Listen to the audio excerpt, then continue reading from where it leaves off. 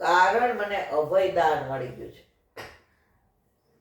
કોઈનો ભય રાખવાની જરૂર નથી. કોઈથી નહીં ડરનારો રે એવો વલ્લભ અમારો પ્રાણ પ્યારો રે. વલ્લભે આપણને અભયપદનું ધ્યાન આપ્યું મારા વાલા, પછી આપણે ડરવાની જરૂર છે? કોઈ ગમે એટલી હાંસી કરે, કોઈ ગમે એટલી આપણને ગાળો દે, કોઈ ગમે એટલે આપણા દોષ જોઈએ, આપણે વિવર નહીં થવું અને એને કાંઈ નહીં કહેવાનું. જો તમે સામે બે શબ્દો કહો છો, ઇટ મીન્સ તમારા મેડમ ભેદ જ નથી. એ ઈચ્છે છે કે તમે આપણે આપણું મોઢું એઠું કરીએ. એ શબ્દો વાપરે છે એનાથી ને ખરાબ શબ્દો આપણે વાપરીએ. પણ જો ત્યારે તમે સંભળી ગયા તો ઠાકોર કે બસ હવે હું એને જોઈ લઈશ. બે હાથવાળા તારે હવે ચિંતા કરવાની જરૂર નથી. હવે I will set him right. હવે હું એને બરાબર જોઉં. તો પ્રભુ પર વિશ્વાસ રાખો ને યાર.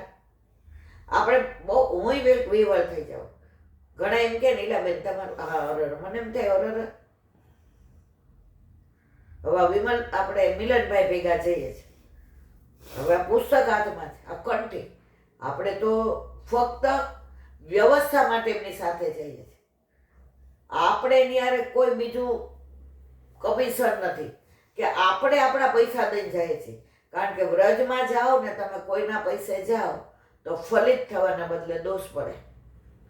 અને જો પ્રભુએ આટલી ભક્તિ આપ્યા પછી આપણે કોઈ હારે આવા કમિશનિયા ધંધા કરીએ તો દુનિયા તો નહીં કાંઈ કહે, પણ મારો 1000 હાથવાળો છોડશે નહીં.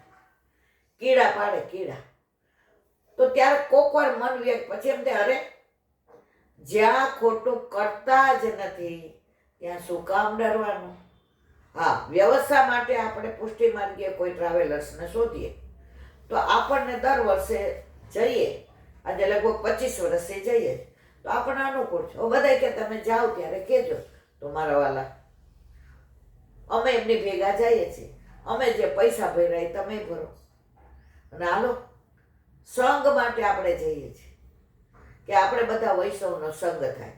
વૈષ્ણવનો સંગ થાય તન મન ના દોષ જાય. વૈષ્ણવનો સંગ થાય તન મન ના દોષ જાય.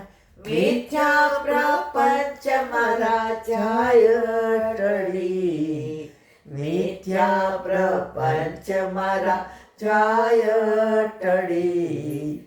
માંગુ એટલું શ્રી વલ્લભને શરણે જઈએ. રહીએ આનંદમાં વલ્લભને શરણે જઈએ. રહીએ આનંદમાં. સેવું સદાવું તો વ્રજના ધણી. સેવું સદાવું તો વ્રજના ધણી. માંગુ એટલું. બસ ડર એકલો વલ્લભનો રાખવાનો. દુનિયા તો આજે કોઈની થઈ નથી, ગઈકાલે કોઈની હતી નહીં ને આજે નથી. આજે રામને ન છોડે, ધોબી ગમે એવું બોલે. કૃષ્ણને સ્મયંતક મણીનો ચોર કહે. મારા તમારા જેવાની શું અસર વાલા. અને કળિયુગમાં તો એટલી બધી ઈર્ષા છે, એટલા બધા વંચકો છે કે ટાંટિયા તોડીને ખેંચીને ક્યારે પાડી દેવા. પણ વિવર નહીં બનવાનું. જો તમે સાચા છો, જો તમે વલ્લભથી ડર રાખનારા છો, જો તમે વલ્લભના સિદ્ધાંતને અનુસરવાના પ્રયત્ન કરો છો તો બાકી બધું વલ્લભ જોશે. તમારે જોવાની જરૂર નથી.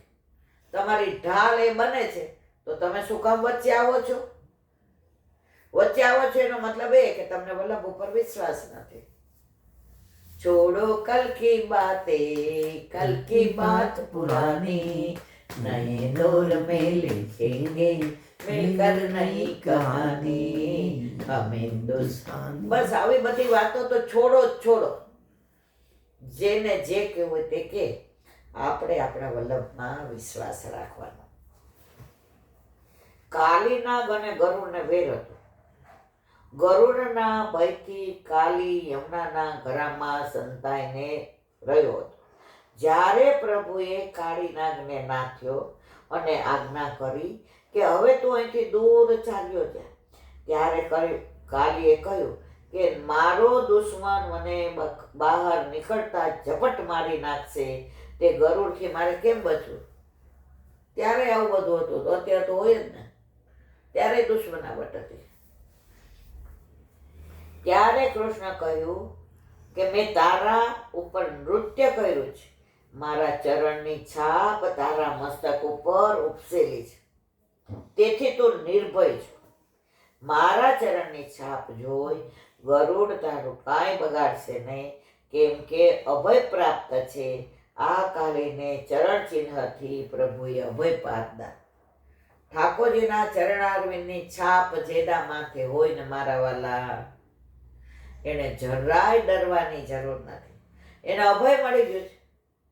આ દસમ સ્કંદની લીલા છે, બધાય જાણે કે ગરુડ દુશ્મન હતો કાલી નાગનો, એને રોજ એક નાગ ખાવા જોતો હતો. આનો વારો આવ્યો તો આ ડરીને ક્યાં આવી ગયો? અહીંયા યમુનાજીના ધરામાં, અને પાણી દૂષિત કર્યું.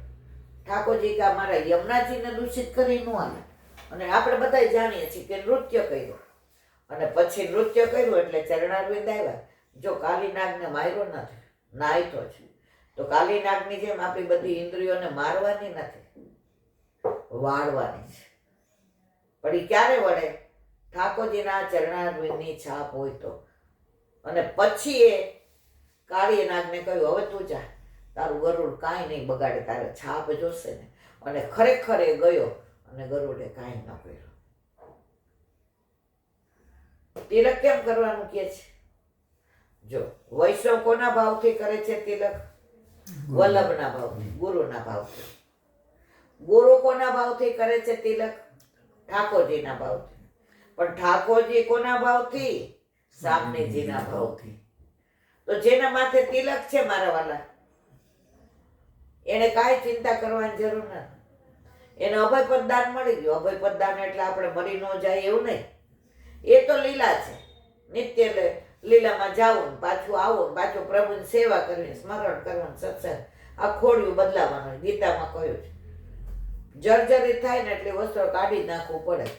હવે જો ધીમે ધીમે આપણે બધાની ઉંમર થાય, દુખે છે, આમ થાય, ધીમે ધીમે વસ્ત્ર જર્જરિત થવા માંડ્યું, પછી એવું ફાટી જશે. ઠાકોરજી કે હવે આનો મેળ નહીં પડે, હાલો હવે જુઓ, શરૂઆત થઈ ગઈ. કાન દુખે, દાંત દુખે, આ દુખે, જર્જરિત થવા માંડ્યા. હવે લીલામ જવાનું.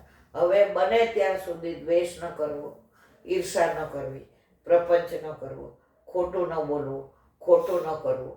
કોઈ આપણા માટે ગમે એમ બોલે તો એની સામે આપણે ના થવું. સર્વ કંઈ આપણે સહન કરી લેવું. વલ્લભે વિવેક ધૈર્ય આશ્રમમાં કહ્યું, ત્રિદુઃખ સહનમ, આદિ ભૌતિક, આદિ આધ્યાત્મિક, આદિ દૈવિક.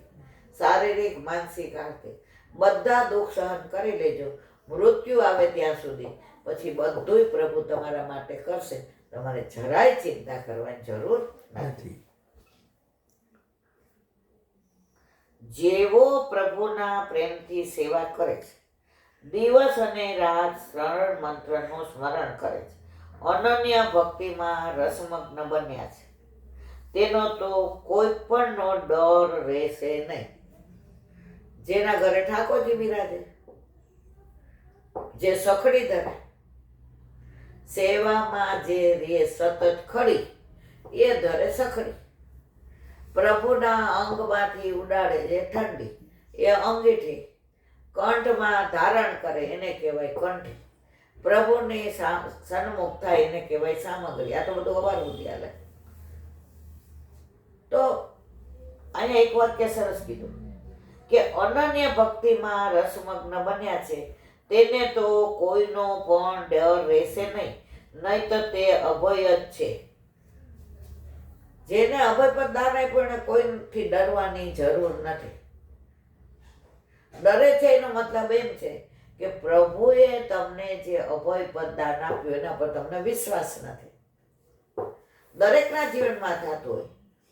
ઈલાબેન મારી સાથે કેમ આવું થાય છે? મેં ઠાકોરજી પુષ્પ કરાવ્યા, રોજ સત્સંગમાં આવું એટલે મને બધા ભક્તાણી કહે છે. ભલે નહીં કે આવું બધું કોણ બોલે મારા વાલા?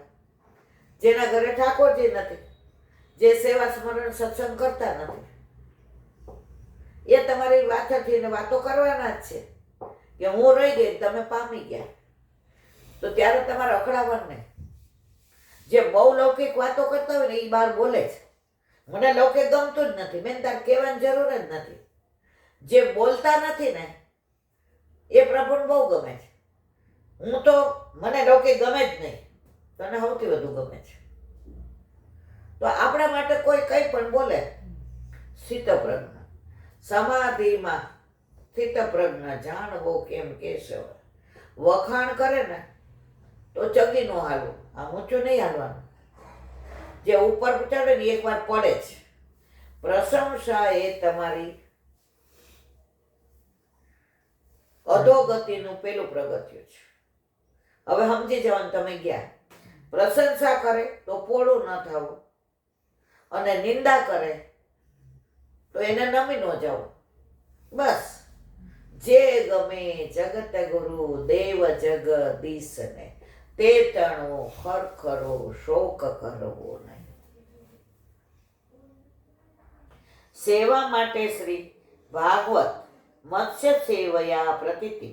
મારી સેવામાં આસક્ત મનુષ્ય 4 પ્રકારની મુક્તિની પણ ઈચ્છા રાખતો નથી. અમે તો રાજના ખાસા ખવસ, રાબડી થકી ન રીચીએ. મુક્તિ 4 જાતની, અમે તો રાબડી જેવી છે. અમે તો ચકાચક ચોખ્ખા ઘીના ખાનારા સુરદાસ શીખીએ છીએ. તેને બીજી કઈ વસ્તુ લોભાવી શકે તે તો અભય છે. મારી સેવાથી પરિપૂર્ણ હોવાથી સંસારની પણ સુખ દુઃખની તેને પરવા નથી. સુખમાં છકી ન જાય અને દુઃખમાં દુઃખી ન થાય. પણ આપણી દશા સંસારીની કેવી છે? દુઃખ મેં સુમિરન સબ કરે, સુખ મેં કરે ન કોઈ. દુઃખ મેં સુમિરન સબ કરે, સુખ મેં કરે ન કોઈ. જો સુખ મેં સુમિરન કરે તો દુઃખ કાહે કોઈ. દુઃખ પડે એટલે એટલું આમ ભગવત નામ લે, હાથમાં માળા લઈ એને શ્રી કૃષ્ણ શરણ શ્રી કૃષ્ણ. અને સુખમાં હોય તો મારે પાર્ટીમાં જવાનું છે, મારે પિક્ચરમાં જવાનું છે, આજે કિટીમાં મારો વારો છે, થઈ ગયું લાગે છે. 1 મિનિટ હું તમને કહું કે મારી સેવાથી પરિપૂર્ણ હોવાથી સંસારની પણ સુખ દુઃખની તેને પરવા નથી.